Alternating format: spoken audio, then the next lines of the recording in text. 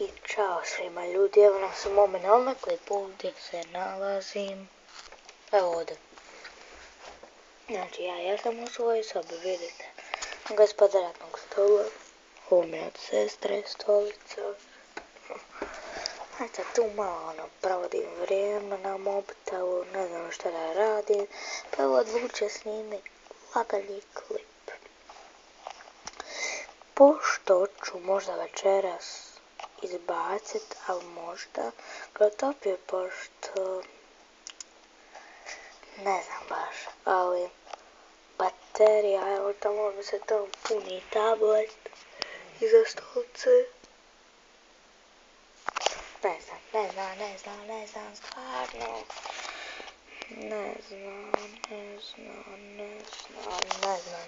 Ne znam, stvarno, dosadno.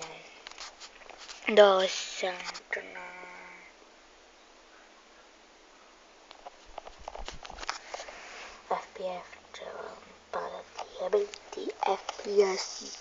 Ba. Ujebem ti ovdje prašine, pogledajte vi to.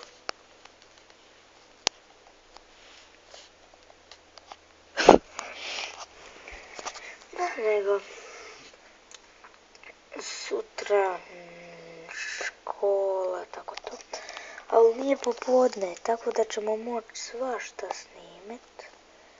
Ali tada ljudi ponos. Šta da radi?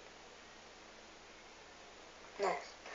Ali stvarno ne damo se ništa snima. Niti evo ovo.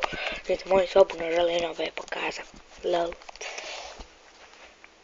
Tako da, valjda si uživali i veliki pozdrav za vas. Jopo.